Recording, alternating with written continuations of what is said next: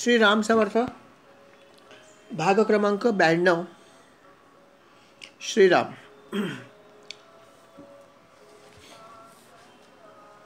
या ठिकाणी आता परत काही कथाच येणार आहेत भागवतामध्ये.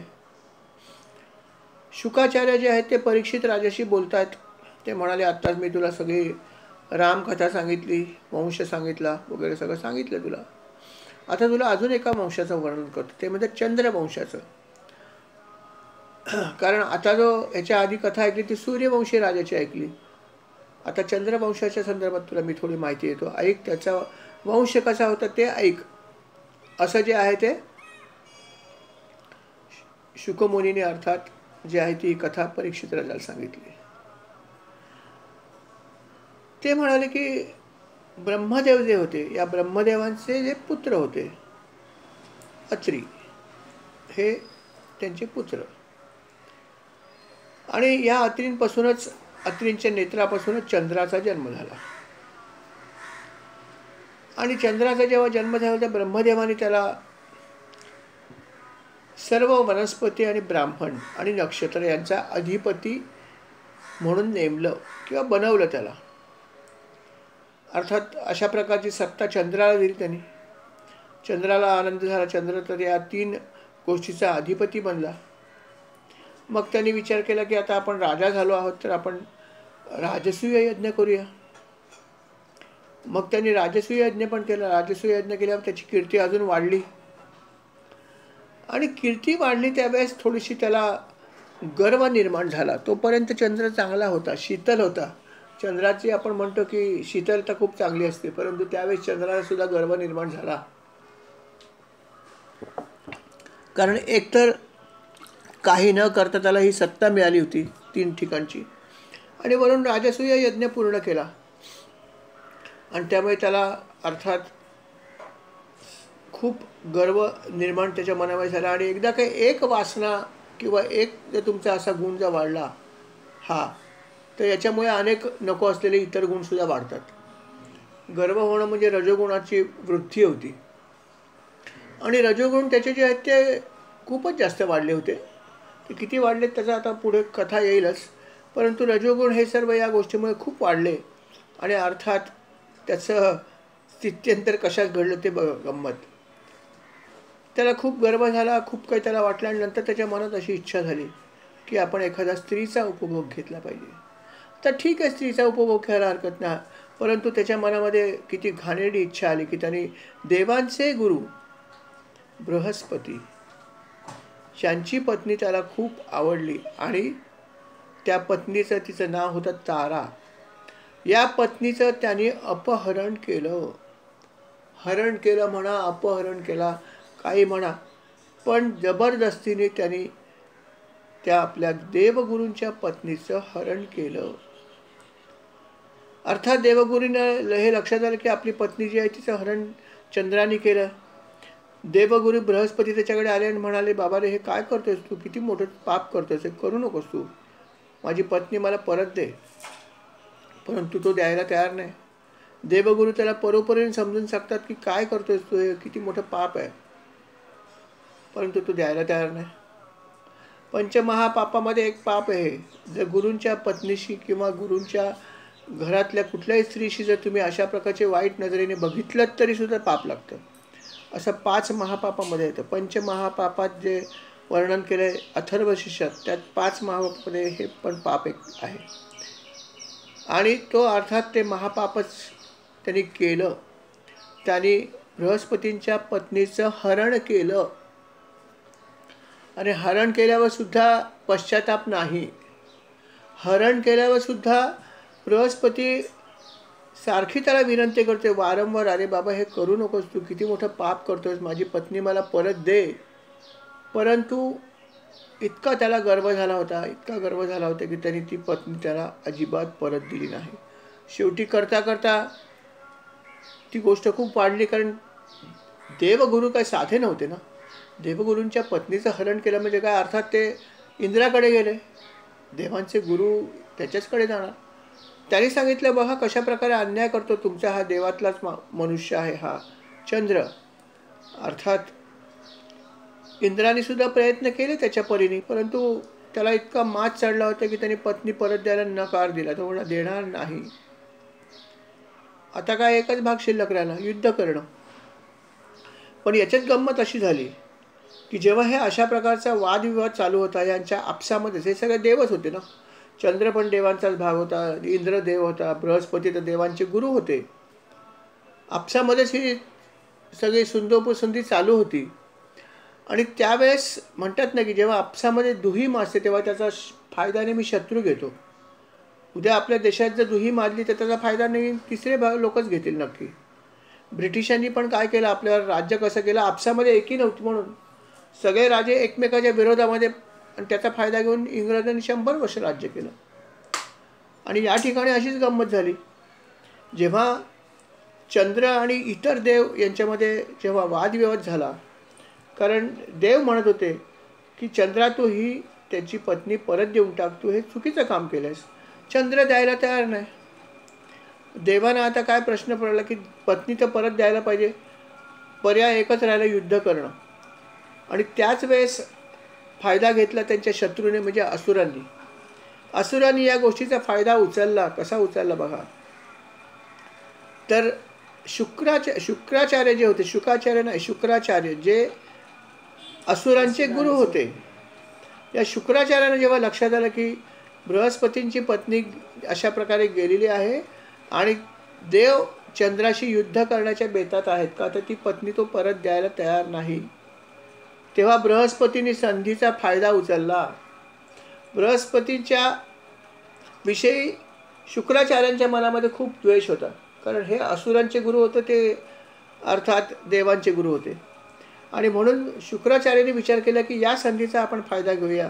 आणि म्हणून त्यांनी जी आहे ती चंद्राची बाजू उचलून धरली शुक्राचार्यांनी. ते म्हणाले काही काळजी करू नकोस, तू अजिबात त्यांच्या पत्नीला देऊ नकोस, तू योग्यच केलंयस, तुझा हक्क आहे, तू योद्धा आहेस, पराक्रमी आहेस, तू हरण केलंस, अशा प्रकारे त्याचं समर्थन केलं. असाही तो द्यायला तयार नव्हताच, पण शुक्राचार्यांनी समर्थन केल्यावर त्याला जोर चढला. तो म्हणा अजिबात देणार नाही. जेव्हा इंद्र म्हणाला नाही दिलंस तर मला नाईलाज तर युद्ध करावं लागेल, आणि अर्थात इंद्र जर युद्धाला उतरला तर त्याच्याबरोबर सर्व देवसुद्धा उतरणं हे ठरलेलंच होतं. अशा प्रकारची वेळ जेव्हा येणार हे दिसलं तेव्हा शुक्राचार्य चंद्राला म्हणाले अजिबात काळजी करू नकोस. जरी इंद्र तयार आला युद्धाला होऊन आणि जरी देव सगळे एका बाजूला गेले तर माझी दानवांची सेना तुझ्या बाजूने, लक्षात ठेव. सगळे दानव तुझ्या बाजूने येतील, मी तुझ्या बाजूने, काळजी करू नकोस, युद्ध कर, सोडू नकोस. तू जे करतोस ते बरोबर. बघा कसा फायदा उचलला तिसऱ्या शत्रूने. जेव्हा आपसामध्ये भांडण होतं तेव्हा तिसरा त्याचा कसा फायदा उचलतो, त्याचं हे उदाहरण देवलोकापासून ते आज आपल्या या मानव लोकापर्यंत किंवा या पृथ्वी लोकापर्यंत चालत आलेलं आहे. अर्थात त्यातून आपण लेसन घेणं हे महत्त्वाचं आहे. प्रत्येक कथेच्या शेवटी आपण त्यातून जो आहे तो त्यातून बोध घ्यायचा असतो, हा महत्त्वाचा भाग आहे. शुक्राचार्यांनी तर सांगितलं की मी माझी सेना आणतो, सगळी दैत्यसेना तुझ्याबरोबर, काळजी करू नको, पण पत्नी अजिबात परत देऊ नको. चंद्राला दुर्बुद्धी झालीच होती आणि त्यात भर पडली या शुक्राचार्यांची. मग तो म्हणला आता तर अजिबातच देणार नाही. आणि दोघांमध्ये घनोघर संघर्ष झाला. बघा एका स्त्रीवरून परत एकदा संघर्ष झाला. आणि अर्थात ही चंद्राची अतिशय चुकीची गोष्ट होती. त्यांनी हे अनितीचं काम केलं होतं, परंतु सांगणार कोण आणि ऐकणार कोण. देव आणि असुर ते राहिले एकीकडे आणि देव आणि असुरांचा घनघोर संघर्ष झाला. जोरदार युद्ध झालं. युद्ध बराच दिवस चालू होतं. युद्ध काही लवकर संपत नव्हतं. देव आणि असुर दोघंही एकमेकावरती अतिशय त्वेषाने लढत होते. देव आणि असुरांचं युद्ध पिढ्यानपिढ्या चाललेलं आपल्याला ते माहिती अनेक वेळा झालेलं आहे. अधूनमधून होतं, व्हायचंच ते. आणि आता हे वेगळ्या कारणावरून झालं होतं. अर्थात युद्ध चालू होतं आणि त्यावेळेस हे जे अंगिरा ऋषी होते, या अंगिरा ऋषींना असं वाटलं की हे युद्ध थांबायला पाहिजे. तेव्हा त्यांनी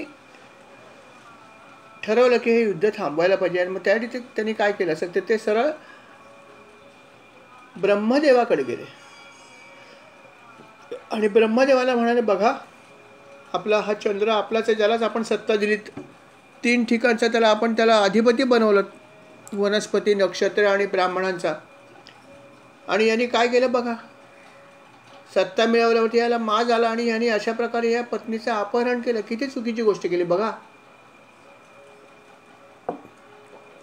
तेव्हा आता आपण हा अन्याय आपणच दूर करा, हे युद्ध आपण थांबवा. कारण या युद्धामध्ये कारण नसताना अनेक लोकांचा बळी चाललेला आहे.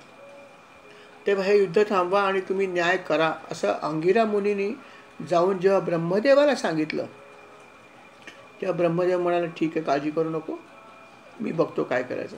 आणि मग अर्थात ब्रह्मदेव जे आहेत ते सरळ चंद्राकडे आले आणि चंद्राची त्यांनी प्रचंड निर्भत्सना केली, प्रचंड निर्भत्सना केली आणि म्हणाले आता काही बोलू नकोस, आत्ताच्या आत्ता त्यांच्या पत्नीला परत देऊन टाक, बाकी तुझं मी काही. अर्थात ब्रह्मदेवांकडे ही शक्ती होती, कारण ब्रह्मदेवानेच ही शक्ती त्याला दिली होती.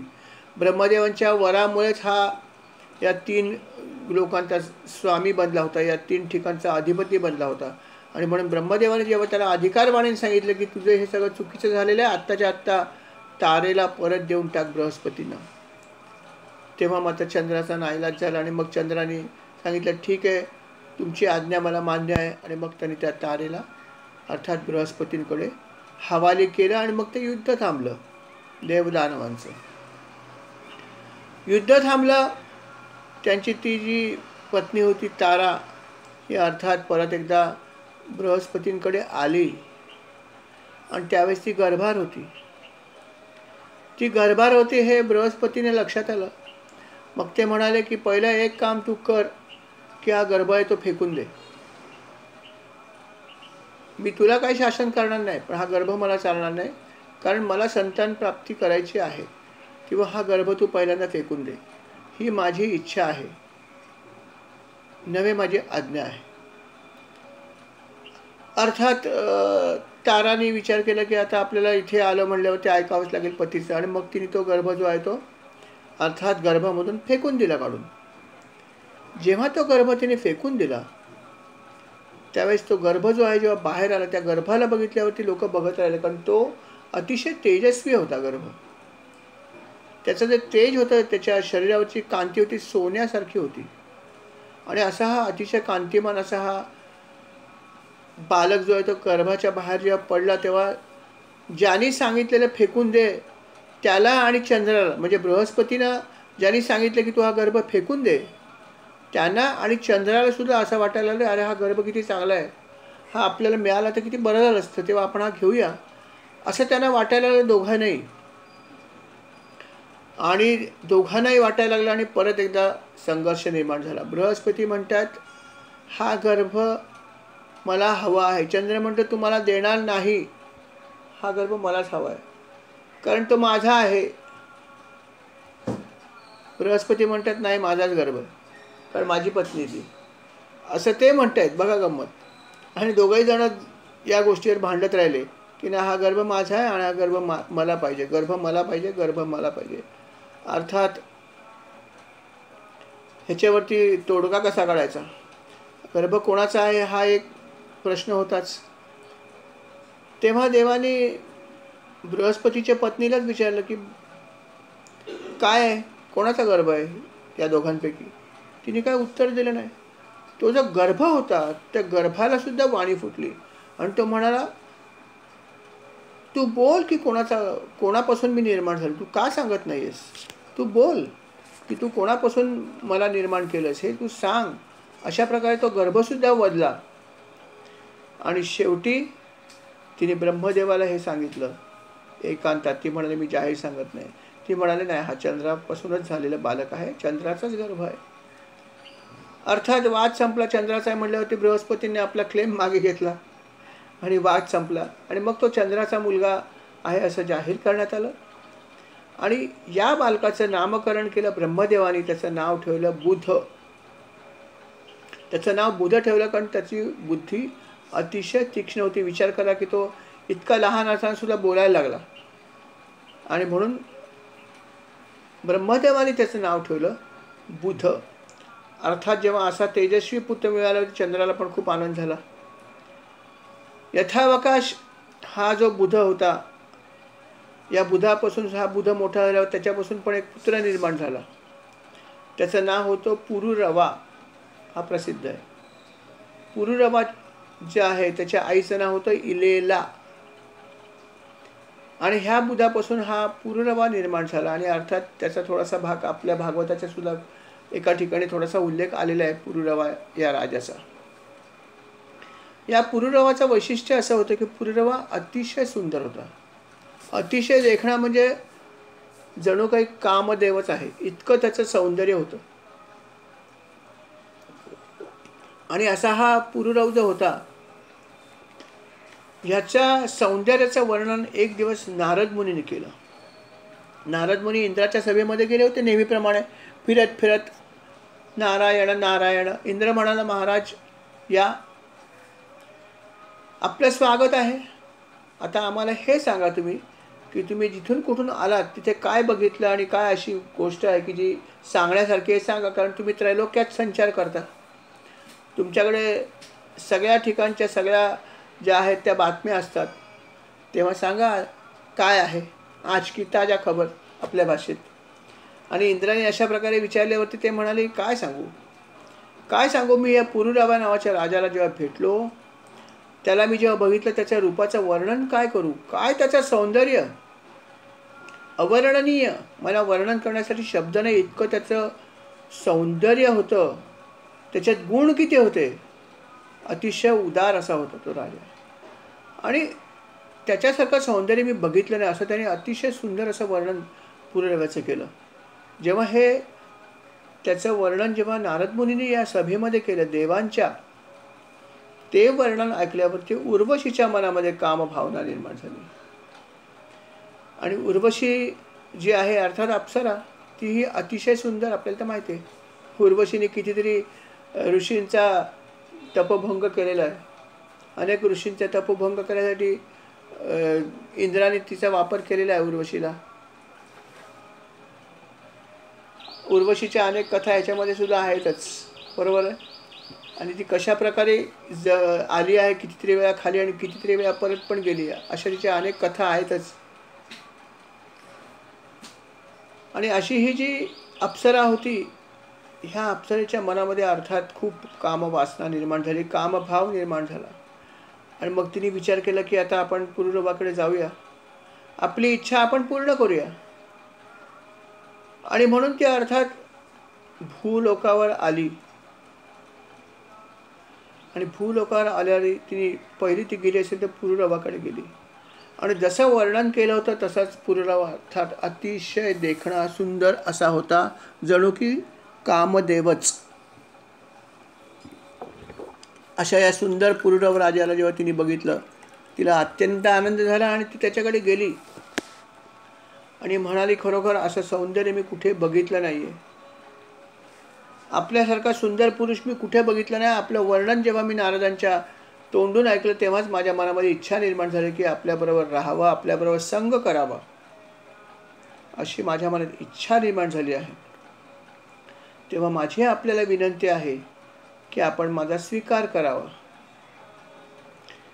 आता उर्वशीसारखी इतकी सुंदर स्वर्गातली अप्सरा जर जमिनीवर येऊन जर पुरुरवा राजाला काय कुठल्याही पुरुषाला म्हणाल तर त्याच्या मनामध्ये इच्छा होईलच. आणि अर्थात पुरुरवा राजा तर अतिशय आनंदित झाला. तो म्हणाला, हे सुंदरी तू कोण आहेस हे मला समजलं नाही. कारण तिने तिचा स्वतःचा परिचय दिला नाही. फक्त म्हणाली, मला तुझ्याशी लग्न करायची इच्छा आहे, राहायची इच्छा आहे.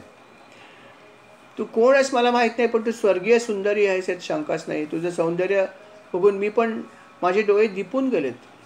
आणि त्यातून महत्त्वाचा भाग हा आहे की तुला माझ्याबरोबर राहायची इच्छा आहे. ही तर माझ्यासाठी खूपच मोठी आनंदाची गोष्ट आहे. तेव्हा मी तुझा आनंदाने स्वीकार करतो, पण तू कोण आहेस हे सांगितलंस तर मला बरं वाटेल. तेव्हा उर्वशी म्हणाली, अर्थात मी उर्वशी आहे. अप्सरा अर्थात तिचं नाव कोणाला माहीत नव्हतं, अशी व्यक्ती नव्हती. आणि उर्वशीचं नाव ऐकल्यावर तिथं पुरुरवा राजाला खूपच आनंद झाला. म्हणा, वा स्वर्गीय सौंदर्य, आज माझं कुठलं पुण्य होतं माहीत नाही की हे स्वर्गीय सौंदर्य माझ्या पायाशी चालून आलं. अर्थात तो म्हणाला की मी तुझा स्वीकार आनंदाने करत आहे आणि आता आपण एकत्र राहूया, विहार करूया भरपूर वेळ. तर ती म्हणाली की हे तर सगळं चांगलीच गोष्ट आहे. तुझी सुद्धा इच्छा आहे राहायची, मलाही इच्छा आहे तुझ्याबरोबर राहायची, तरीसुद्धा माझी एक अट तुझ्याकडे आहे ही लक्षात ठेव. माझा सहवास तुला मी अनंत काळ द्यायला तयार आहे, यात शंकाच नाही. परंतु तरीसुद्धा माझी एक अट आहे, आणि ही जी अट आहे, जी मी अट तुला घालीन, ती जर मान्य केलीस तरच मी तुझ्याबरोबर विहार करेन, अन्यथा करणार नाही. हेही लक्षात ठेव. मला सांग अट काय. तुझ्या सगळ्या अटी मला मान्य आहेत. तिला खात्री होतीच. एकदा का आपल्या मुठीमध्ये आलाय, तयार झाला म्हटल्यावर अट कुठली नाही म्हणू शकत. तिने विचित्र अट घातली. अर्थात ती म्हणाली, पहिली एक गोष्ट, माझ्याकडे हे 2 मेंढ्या आहेत, ते तुला मी देते. त्याचं रक्षण करणं हे काम तुझं आहे. यांना कुठल्याही प्रकारे जर इजा झाली तर मी पहिली गोष्ट तुला सोडून जाणार. हा एक भाग. तो म्हणलं ठीक आहे, ही तर छोटी गोष्ट आहे. मेंढ्यांचं रक्षण काय मी सहज करू शकतो. तिथं ठीकच आहे, बोल अजून काय का. म्हणे अजून एक अट आहे माझी. ती फारच विचित्र होती. ती म्हणाली, मी फक्त पृथ्वी तलावर आल्यावर फक्त मी तूपच खाईन, बाकी काहीही खाणार नाही. बाकी कुठल्याही गोष्टीचं मी सेवन करणार नाही, फक्त मी तूप खात जाईन. आणि दुसरी महत्त्वाची गोष्ट, एक विचित्र अट तिने घातली की हे राजा, फक्त जेव्हा आपण संग करू त्याच वेळेस तुम्ही विवस्त्र अवस्थेत दिसला तर मला चालेल. एरवी कधीही तुम्ही चुकून जरी विवस्त्र अवस्थेत असलात किंवा मला जर दिसलात तर मी तत्क्षणी तुमचा त्याग करीन. बघा, एक विचित्र अट घातली होती. अर्थात राजा म्हणाला, तुझ्या सगळ्या अटी मला मान्य आहेत, काय म्हणशील ते. कारण तो तिच्यासाठी वेडाच झाला होता. आणि तो म्हणाला, ही अट सुद्धा माझ्यासाठी काय फार कठीण नाही आहे. तुझ्यासारखी स्त्री असताना मी बाकी कशाला हे सगळं करू, प्रश्नच येत नाही. आणि मग त्यांनी त्यांची सगळ्या अटी मान्य केल्या. 2 मेंढे म्हटलं माझ्या महालातच ठेवतो, त्याला बाहेर पण ठेवत नाही. कोणी त्यांना इजा करता कामा नये, कारण इजा केली की तू निघून जाशील. म्हणून स्वतःच्या महालात त्याने ते 2 मेंढे ठेवले आणि म्हणाला, आता चल. अर्थात उर्वशी म्हणाल, ठीक आहे, माझी अट तू मान्य केलीस, संपला विषय. आणि मग ते दोघंही जण अर्थात एकत्र राहायला लागले आणि स्वच्छंदपणे भरपूर विहार त्यांनी केला. अर्थात अप्सराच होती ती. प्रश्न ते, तिचं सौंदर्य स्वर्गीय होतं. राजाही अर्थात खूप सुंदर होता. आणि त्यामुळे त्या दोघांनी अनेक वर्ष एकत्र राहून विहार केला. राजाला तर कशाचीच शुद्ध राहिली नाही, की आपला राज्यकारभार, आपलं बाकी काय आहे याची कशाची शुद्धता राहिली नाही. तो केवळ आणि केवळ तिच्या सहवासामध्येच दंग झाला. आणि तो म्हणायचा की तू नशील तर मी जगूच शकत नाही. अशा प्रकारे तो तिच्यामध्ये पूर्णपणे गुंतून गेला. आपली सगळी कर्तव्ये त्याने बाजूला ठेवली. अतिशय चुकीची गोष्ट घडली होती. हे सगळं घडत असताना तिकडे स्वर्गामध्ये इंद्रसुद्धा बेचैन झाला. कारण इंद्राला अर्थात उर्वशीची आठवण झाली. मेनका रंभा होत्या, पण तरी उर्वशी पाहिजेच आहे. त्याला तिची खूप आठवण झाली. म्हणाला, अरे माझी ही आवडती अप्सरा तर जमिनीवर आहे, काहीही करून ही मला पाहिजे आहे. स्वर्गातली अप्सरा स्वर्गात आली पाहिजे, असं त्याला वाटलं. आणि मग त्याने विचार केला की आता हे कसं करता येईल. आणि अर्थात हे काम त्यांनी एका गंधर्वाकडे दिलं. म्हणाला, ह्या उर्वशीला घेऊन येण्याची कामगिरी मी तुला सांगतो आहे, ती तू कर. गंधर्व म्हणाला, ठीक आहे महाराज, करतो मी कामगिरी, काळजी करू नका. अर्थात गंधर्व जो होता मायावी होता. गंधर्वांनी बघितलं की अंधार पडू दिला, रात्र झाली.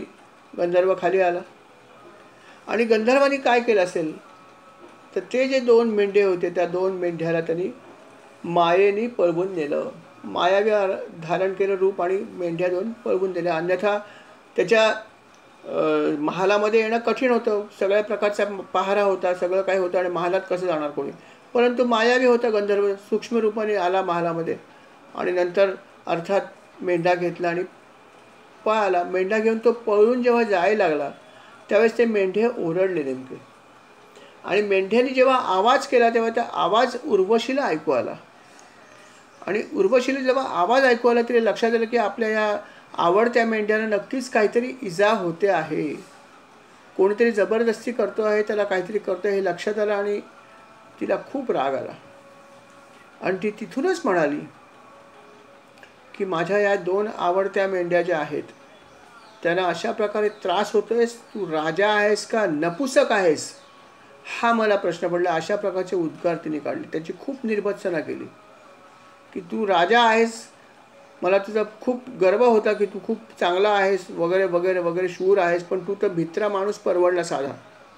किंवा तो जरी मी पती म्हणून निवडला असता तर चालला असता, त्यांनी पण माझ्या मेंढ्याचं रक्षण केलं असतं. तुझ्या महालामध्ये मेंढे असून सुद्धा तुला काही करता आलं नाही.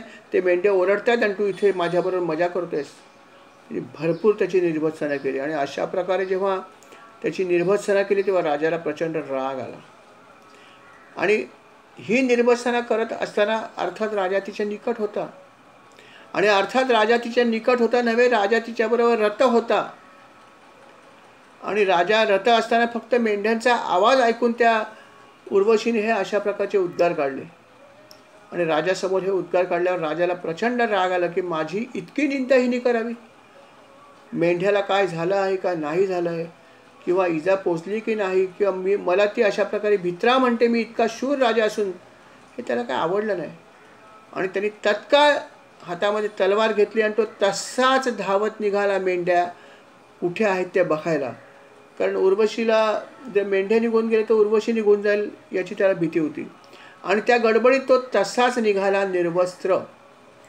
कारण तिने असे उद्गार काढल्यावर त्याला वस्त्राचा पण भाग राहिला नाही, इतका तो वेडा झाला होता तिच्यासाठी. आणि तो अशाच निर्वस्त्र अवस्थेमध्ये महालाच्या पुढे आला. आणि त्याच वेळेस वीज चमकली. आणि अर्थात हे सगळी माया गंधर्वानेच केली होती. ज्या क्षणी महालाच्या थोडासा बाहेर आला, वीज चमकली आणि लख्ख प्रकाशामध्ये राजा निर्वस्त्र होता हे दिसून आलं हिला.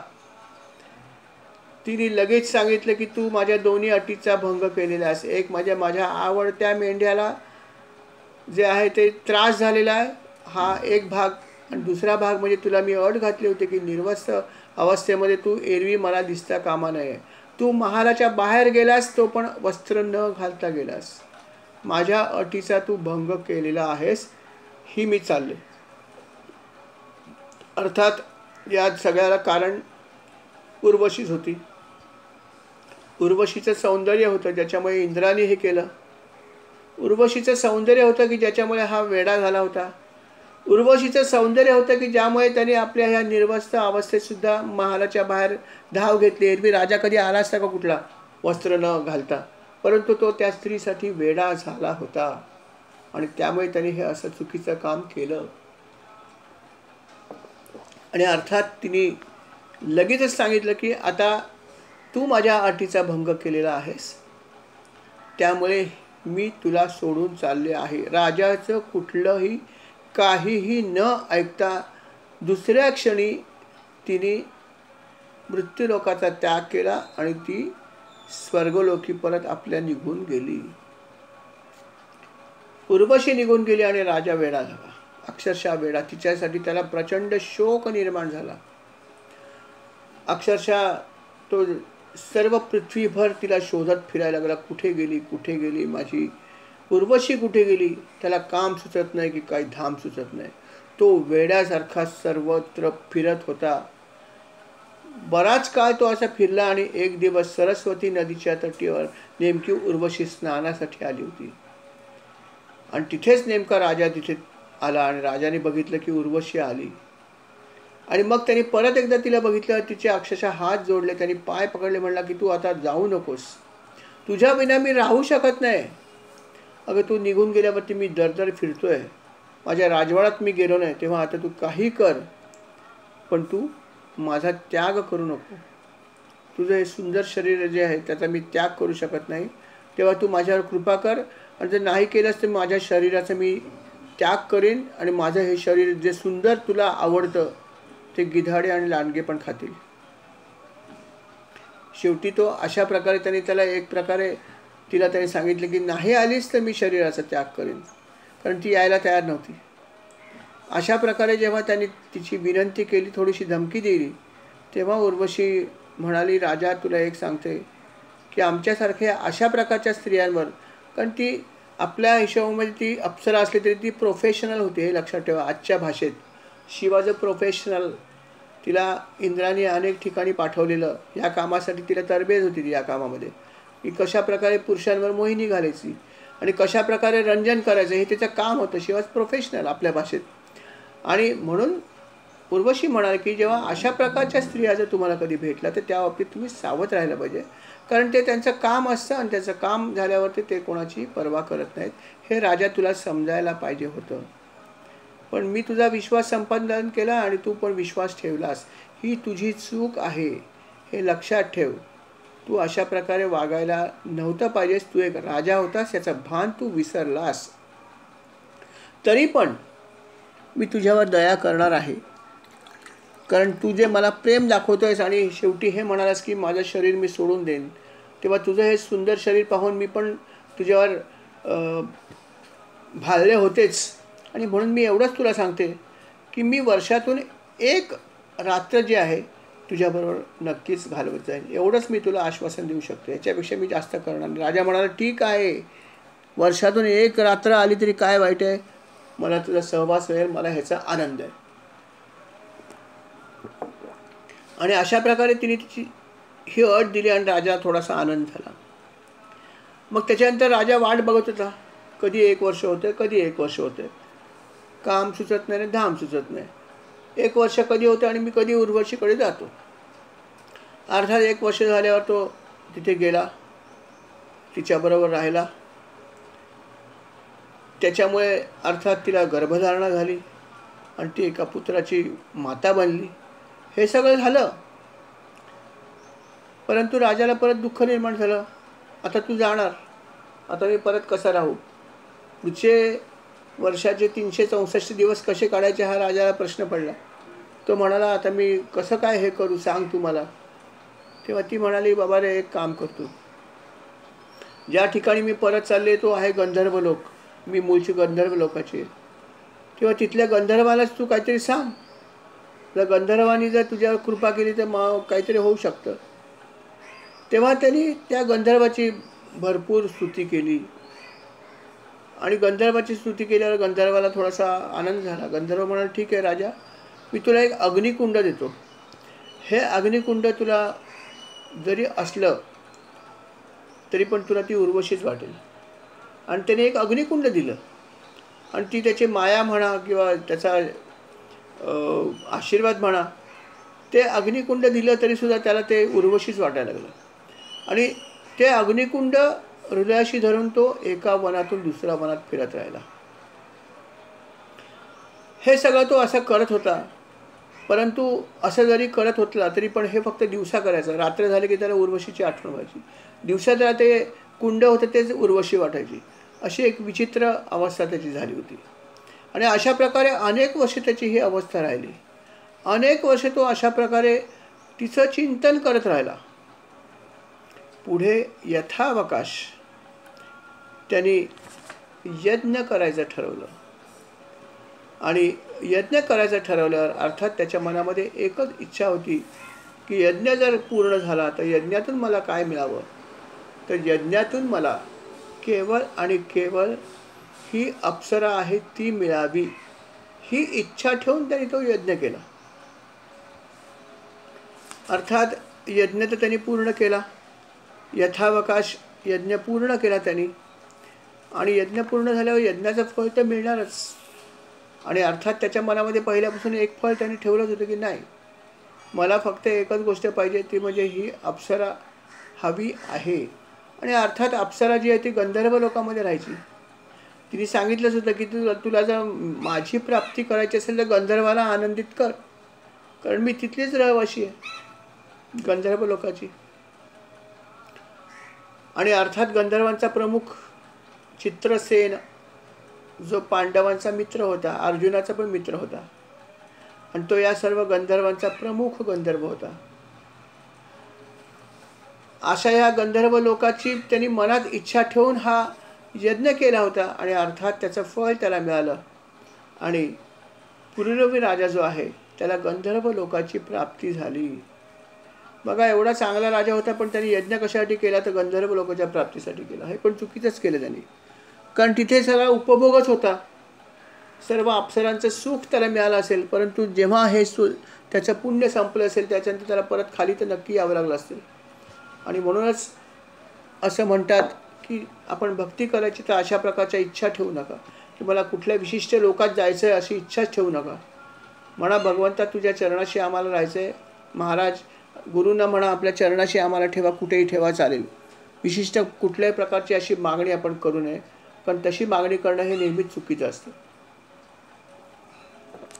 परंतु त्याला शेवटपर्यंत ही बुद्धी झाली नाही आणि त्याने गंधर्व लोकांची प्राप्ती करून घेतली. अशा प्रकारे ह्या पुरुरवा राजाची ही कथा जी आहे ती शुकाचार्यांनी पूर्ण कथा सांगितली. ते म्हणाल त्याच्या पुढेही थोडा कथेचा भाग आहे, ऐक तू. इथे त्या राजाची कथा होती. त्याच्या पुढे पण त्याचे पुढे जे वंशज होते त्यांची पण एक कथा आहे, ती पण तू थोडीशी ऐक माझ्याकडून. राजा म्हणाला, महाराज तुम्ही सांगा. आपल्या तोंडून ज्या ज्या कथा मला ऐकायला मिळतात ते मी नुसतं ऐकतोय. मला किती आनंद मिळतो ह्याचं वर्णन नाही मला करता येत. तेव्हा तुम्ही मला विचारूच नका, तुम्ही सांगत राहा. तुम्ही जे सांगाल ते मी ऐकणार आहे. तुमच्या तोंडून कथा येतात, कधी कधी वर्णनं येतात. काय तुम्ही मला सांगितलं नाही. कितीतरी वेळा ज्ञान पण दिलं आहे, जे अतिशय कठीण असं ज्ञान ते पण आपण आम्हाला दिलेलं आहे. आणि ते सगळं ऐकताना मला नेहमी आनंदच होत आला आहे. त्यामुळे तुम्ही मला अजिबात सांगू नका की आता हे सांगू का. तुम्ही जरूर सांगा की याचा जो वंश होता तो वंशाचा पुढे विस्तार झाला का, आणि झाला तर कसा झाला हे जरूर सांगा. मला ऐकायचा खूप आनंद आहे. शुकाचार्याने पुढे सांगितलं की पुरुरव राजा जो होता त्याचा वंशाचा विस्तार तर झालाच झाला नक्कीच. त्याला पुत्र झाले होते. अर्थात सगळे पुत्र उर्वशीपासूनच झाले होते. 6 पुत्र त्याला झाले. त्या पुत्रांना सुद्धा अनेक पुत्र पुढे झाले. आणि अशा प्रकारे हे जे पुत्र होते त्या पुत्रांचे पुत्र असं करता करता करता करता एक जो राजा होता त्याचं नाव, त्याची कथा थोडीशी पुढे आहे. त्या राजाचं नाव होतं गाधी.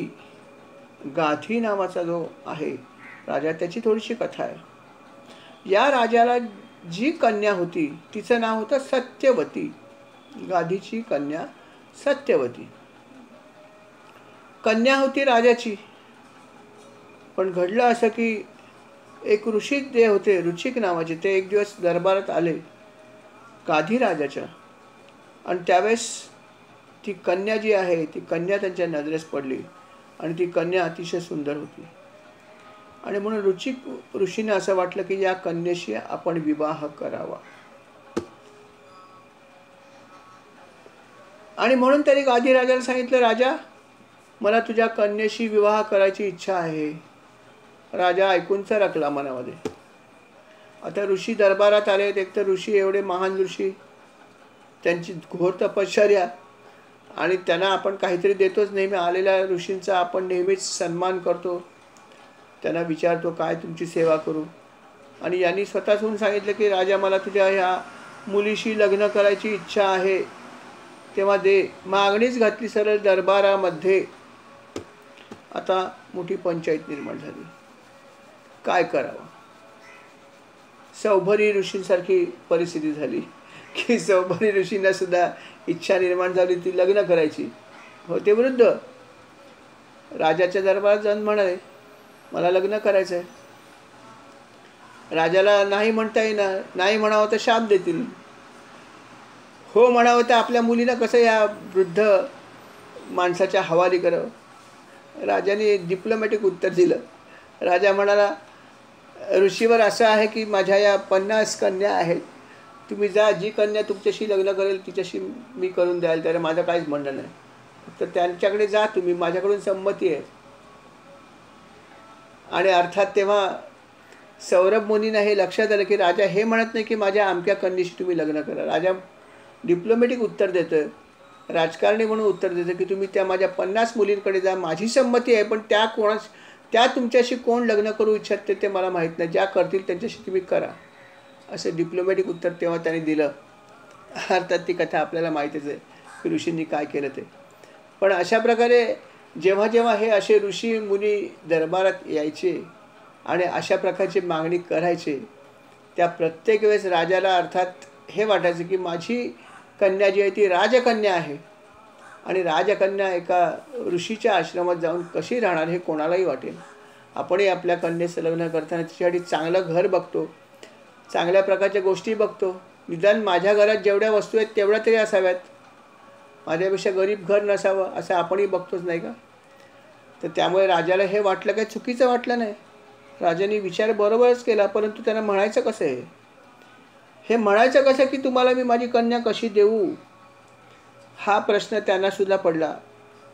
आणि म्हणून ते म्हणाले की मी आपल्याला नाही म्हणत नाही, मला आपली मागणी मान्य आहे, आपल्याला माझ्या मुलीचा सत्यवतीचा हात पाहिजे हे ठीक आहे, हरकत नाही.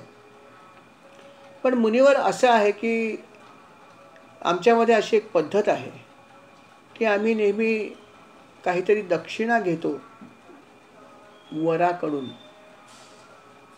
तेव्हा माझी मुलगी जर तुम्हाला पाहिजे असेल तर तुम्ही दक्षिणा काहीतरी द्यावी लागेल, आम्हाला काहीतरी द्यावं लागेल. तर ते आणि काय मागायचं हे पण आमचं ठरलेलं आहे. तर मुली म्हणाले सांग तुला काय पाहिजे, मी तुला द्यायला तयार आहे. ते म्हणाले असं आहे की माझ्या या कन्येला जर तुम्हाला मिळवायचं असेल तर मला 1000 घोडे पाहिजे आहेत. परत 1000 घोडे कसे पाहिजेत तर ते त्यांची अंगकांती पांढरी शुभ्र असावी पूर्ण, फक्त त्यांचा एक कान काळा असा, बाकी संपूर्ण घोडा पांढरा शुभ्र असावा. आता असे घोडे मिळणं किती कठीण आहे. आणि अर्थात ते घोडे त्यांना आणणं शक्य होऊ नये म्हणूनच ही अट घातली होती राजाने. आणि अतिशय डिप्लोमॅटिकली त्यांनी सांगितलं की की मी तयार आहे, फक्त मला 1000 घोडे आणून द्या. रुचिक मुनी पण हुशार होते. रुचिकांनाही लक्षात आलं की हे का म्हणतो तो, अशा प्रकारची अट का घातली आहे, ही कठीण गोष्ट हे त्यांना माहीत होतं. परंतु रुचिक मुनींकडे अर्थात तपस सामर्थ्य होतं. त्यांचं तपस सामर्थ्य अचाट होतं. त्याने आपल्या या गोष्टीचा वापर केला आणि ते सरळ वरुणाकडे गेले. अंतर्ज्ञानाने त्यांना हे समजलं की हे अशा प्रकारचे घोडे कुठे असू शकतील. त्यांना हे लक्षात आलं की असे घोडे वरुणाकडे आहेत. ते सरळ वरुणाकडे गेले आणि म्हणाले वरुणराज, मला तुमच्या या 1000 घोड्यांची गरज आहे, मला हवेत. अर्थात वरुण म्हणाला तुम्ही मागितलेत तर मला आनंदच आहे, हे दान मी तुम्हाला आत्ता देतो. आणि त्याने 1000 घोडे देऊन टाकले. 1000 घोडे त्यांनी रुचिकांना दिले. रुचिकांनी ते घोडे घेतले आणि राजाच्या हवाली केले. म्हणजे हे घे तू 1000 घोडे मोजून घे, 1000 आहेत की नाही. आणि ती अट पण पूर्ण झालेली आहे की घोडे संपूर्ण श्वेत रंगाचे आहेत पण कान फक्त काळा आहे. तेव्हा ही अट तुझी सुद्धा आम्ही पूर्ण केलेली. तेव्हा आता बोल काय म्हणतोस. आता राजा काय बोलणार, राजाला बोलायला काही तोंडच राहिलं नव्हतं. राजा म्हणाला ठीक आहे, मला आनंद झाला, करा माझ्या मुलीशी विवाह. आणि मग त्या ऋषींनी अर्थात रुचिक मुनींनी त्यांची ती मुलगी होती, अतिशय सुंदर होती, सत्यवती, तिच्याशी विवाह केला. विवाह झाला, दोघे आनंदामध्ये नांदत होते. पण पुत्रप्राप्ती झाली नव्हती. आणि हा जो राजा होता गाधी, या गाधीला सुद्धा पुत्र नव्हता, त्याला ही मुलगी झाली होती. आणि त्याच्या मनात अशी एक इच्छा झाली की आपल्याला सुद्धा एक पुत्र झाला तर किती चांगलं होईल, अशी इच्छा राजाच्या मनात सुद्धा आली. आणि मग त्यांनी अर्थात रुचिक मुनींकडे ते गेले आणि म्हणाले की असं आहे की पुत्रप्राप्ती व्हावी अशी माझी इच्छा आहे. त्यावेळेस रुचिक मुनींची जी पत्नी म्हणजे याची जी मुलगी होती राजाची, ती म्हणाले की मुनीवर माझी पण इच्छा आहे, मलाही पुत्र व्हावा. म्हणजे असं की रुचिकांची पत्नी आणि सासू दोघेही जण ऋषीकडे आले, रुचिक मुनींकडे, आणि म्हणाले की आम्हाला पुत्रप्राप्ती करायची, आपली मदत हवी आहे. बघा गंमतशीर प्रसंग होता की पत्नी आणि सासू दोघेही म्हणते की आम्हाला पुत्रप्राप्ती व्हावी, आपला आशीर्वाद त्याच्यासाठी पाहिजे. ऋषी म्हणाले ठीक आहे, तुमची दोन्ही इच्छा मी पूर्ण करतो दोघींची, तुम्हाला नक्की पुत्रप्राप्ती होईल, मी सांगतो तसं करा. मग अर्थात रुचिक मुनींनी काय केलं असेल ते त्या दोघींसाठी 2 चरू निर्माण केले. चरू म्हणजे एक प्रकारचं खाद्यपदार्थ असतो तो कधी कधी यज्ञात सुद्धा देतात आणि कधी खाण्यासाठी सुद्धा वापरतात, दोन्ही ठिकाणी वापरता येतो. त्याला चरू असं त्या भाषेत म्हणतात. तर त्यांनी 2 चरू तयार केले, परंतु अर्थात ते चरू करत असताना त्यांनी मंत्र वेगवेगळ्या प्रकारचे म्हणले. कारण त्या चरूमध्ये ती शक्ती त्यांनी ओतली की ज्यातून गर्भ निर्माण होणार तो कशा प्रकारचा व्हावा याचा विचार ऋषींनी अगोदर केला होता आणि त्या विचाराला अनुसरून असे त्यांनी ते जे आहे ते मंत्र म्हणले होते आणि 2 चरू जे आहेत ते तयार केले. हे सगळं त्यांनी तयार केलं मंत्रांनी आणि मग ते स्नान करायसाठी परत एकदा निघून गेले. दरम्यान असं घडलं की ही जी सत्यवती होती, सत्यवतीच्या आईला हे लक्षात आलं की 2 चरू निर्माण केलेत. ऋषींना आपण विनंती केली आहे की मला पुत्र पाहिजे. आपल्या मुलीने पण हीच विनंती केली आहे की मला पुत्र हवा आहे आणि ऋषींनी दोघींची विनंती मान्य केली आहे आणि 2 चरू तयार केले आहे.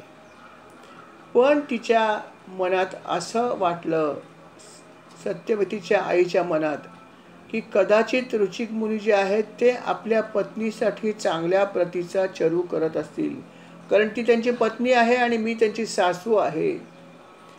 तेव्हा कदाचित ऋषी जे आहेत ते आपल्या पत्नीसाठी कदाचित उत्कृष्ट चरू तयार करतील आणि माझ्यासाठी कदाचित तितकासा उत्कृष्ट नसू शकेल असं तिच्या मनात आलं. आणि असं तिच्या मनात आल्यावरती अर्थात ती जी आहे ती आपल्या मुलीकडे गेली आणि तिला म्हणाली की बाई गं, माझी अशी इच्छा आहे की जे 2 चरू तयार केले त्यातला एक जो तुझ्यासाठी आणि एक माझ्यासाठी आहे. ऋषींनी हे तसं सांगितलेलं आहे पण की कुठला ऋषी कोणी खायचा आहे हे पण सांगितलं आहे कुठला चरू, परंतु माझी अशी इच्छा आहे की तुझा जो चरू आहे तो तू मला द्यावास आणि माझा चरू तू खावास अशी माझी इच्छा आहे. आता आईने मागणी केल्यावरती मुलगी काय करावं, मुलीने सांगा मला. की आईच म्हणते की मला तुझा चरू हवा आहे आणि ऋषी घरात नाही आहेत. तेव्हा ऋषींना विचारावं तरी पंचायत. ऋषी बाहेर गेलेत आंघोळीसाठी नदीवर अर्थात. आणि आई म्हणते मला तुझा हा चरू हवा आहे, माझा चरू मी तुला देते आणि आपण असा हा बदलूया आणि खाऊया. मुलीला समजेना काय करावं. धर्मसंकट निर्माण झालं की पतीची परवानगी तर घ्यायला पाहिजे अशा प्रकारे, कारण पतीने चरू निर्माण केले खरं पाहिजे त्यावेळी पतीला सांगायला तर पाहिजे, परंतु पती इथे नाही आहेत, जवळ नाही आहेत आणि आई म्हणते मला तू चरू दे, मला हवा आहे. अर्थात आईचे सुद्धा मुलीवरती थोडीशी तर हे असणारच, कमांड असणारच. आणि जेव्हा आईने सांगितले की मला हा चरू हवाच आहे तेव्हा तिचा नाईलाज झाला आणि तिने अर्थात जो आहे तो आईला आपला चरू देऊन टाकला आणि आईचा चरू तिने घेतला. अर्थात आईने लगेच तिचा चरू खाल्ला, हिने पण आईचा चरू खाऊन टाकला. हे सगळं घडलं आणि ते सगळं घडलं तेव्हा अर्थात ऋषी घरी नव्हते. ऋषी स्नानासाठी अर्थात जे आहे ते नदीवर गेले होते.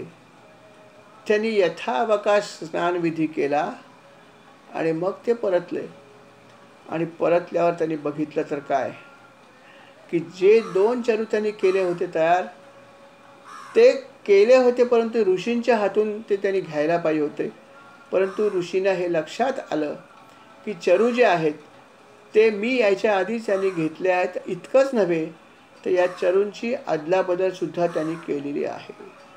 आईचा चरू जो आहे तो आपल्या पत्नीने घेतला आहे आणि आपल्या पत्नीसाठी जो चरू तयार केला होता तो तिच्या आईने घेतला आहे आणि इतकंच नव्हे तर तो चरू दोघींनी भक्षण पण केला आहे. आणि अर्थात हे बघितल्यावरती त्यांना प्रचंड राग आला. कपाळाला हात लावला, म्हणे काय तुम्ही हे केलं, तुम्हाला समजलं का? तू कुठला मोठा अनर्थ केल्यास समजलं का? सत्यवतीला ते म्हणाले तू काय केलेस तुला समजलं का? अगं तू चरू बदललेस का मला विचारलं नाहीस. चरू बदलणं काय साधी गोष्ट होती का? पण अर्थात ती म्हणाली मला काही माहीत नव्हतं महाराज. म्हणे आता तू याचं फळ तुला भोगावं लागेल. खरोखरच पूर्वीचे ऋषी जेव्हा काही गोष्टी सांगायचे तेव्हा त्याप्रमाणे जर नाही केलं तर त्याचं विपरीत फळ मिळायचं. आपण धुंदुकरणाची सुद्धा गोष्ट ऐकली, धुंदुकाराची सुद्धा. अशाच प्रकारे त्याचा तो पत्नी जी होती ते फळ तिने खाल्लं नाही, गाईला खायला घातलं आणि गाईच्या पोटी अर्थात जो आहे तो मनुष्यासारखा प्राणी निर्माण झाला. कथा आपण ऐकलीच आहे. म्हणून ते म्हटलं की अभिमंत्रित केलेल्या ज्या गोष्टी असतात त्याच्यामध्ये खूप शक्ती असते. म्हणून अशा सगळ्या गोष्टी ज्या आहेत त्या आपण म्हणजे आपण तसं काही कुठे जात नाही, परंतु असं जर कधी कुठे चालू असेल तर सांभाळून राहायला पाहिजे की अशा कुठल्याही वस्तूचं सेवन आपण करता कामा नये. कारण कुठल्या वस्तू, कुठलं जल, कुठले पदार्थ अभिमंत्रित केलेत हे आपल्याला माहीत नसतं. यज्ञ जेव्हा होतो तेव्हा वेगवेगळ्या वस्तू अर्पण करतात, पण त्या अर्पण करताना कधीकधी त्या अभिमंत्रित असतात आणि जर अभिमंत्रित असतील तर त्याचं सेवन आपण तिथल्या ऋत्विजांच्या परवानगीशिवाय कधीही करता कामा नये. हे महत्त्वाचा भाग आहे. परंतु बरेचसे लोक श्रद्धा असल्यामुळे येतात, यज्ञाच्या तिकडे येतात, खूप जण नको त्या वस्तू उचलतात, त्या ग्रहण करतात. काही लोक ते यज्ञात पण टाकतात, यज्ञात पण टाकायचं नसतं. कितीतरी लोक येतात आणि कितीतरी वस्तू उचलून यज्ञात टाकायला बघतात. यज्ञामध्ये पण सगळ्या वस्तू टाकायच्या नसतात. यज्ञामध्ये स्वाहा करण्यासाठी काय स्वाहा करायचं हे ठरलेलं असतं. परंतु लोकांना असं वाटतं की आपण यज्ञात अर्पण केलं तर आपल्याला पुण्य मिळेल, पण असं होत नाही. त्या यज्ञदेवतेला ते पसंत नसलेली गोष्ट जर दिली तर त्याचा परिणाम अनिष्ट होऊ शकतो.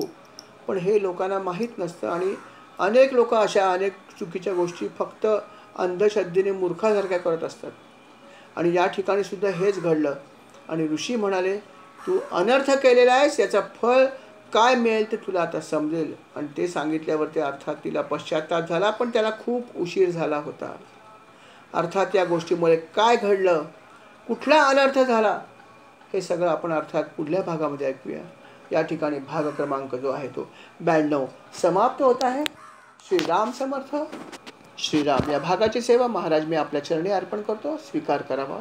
कळत नकळत चूक झाली असेल तर क्षमा करावी आणि या सेवेचा स्वीकार करावा आणि आमच्या सर्वांकडून अशी सेवा करून घ्यावी ही विनंती आहे आपल्या चरणी. श्रीराम समर्थ. श्री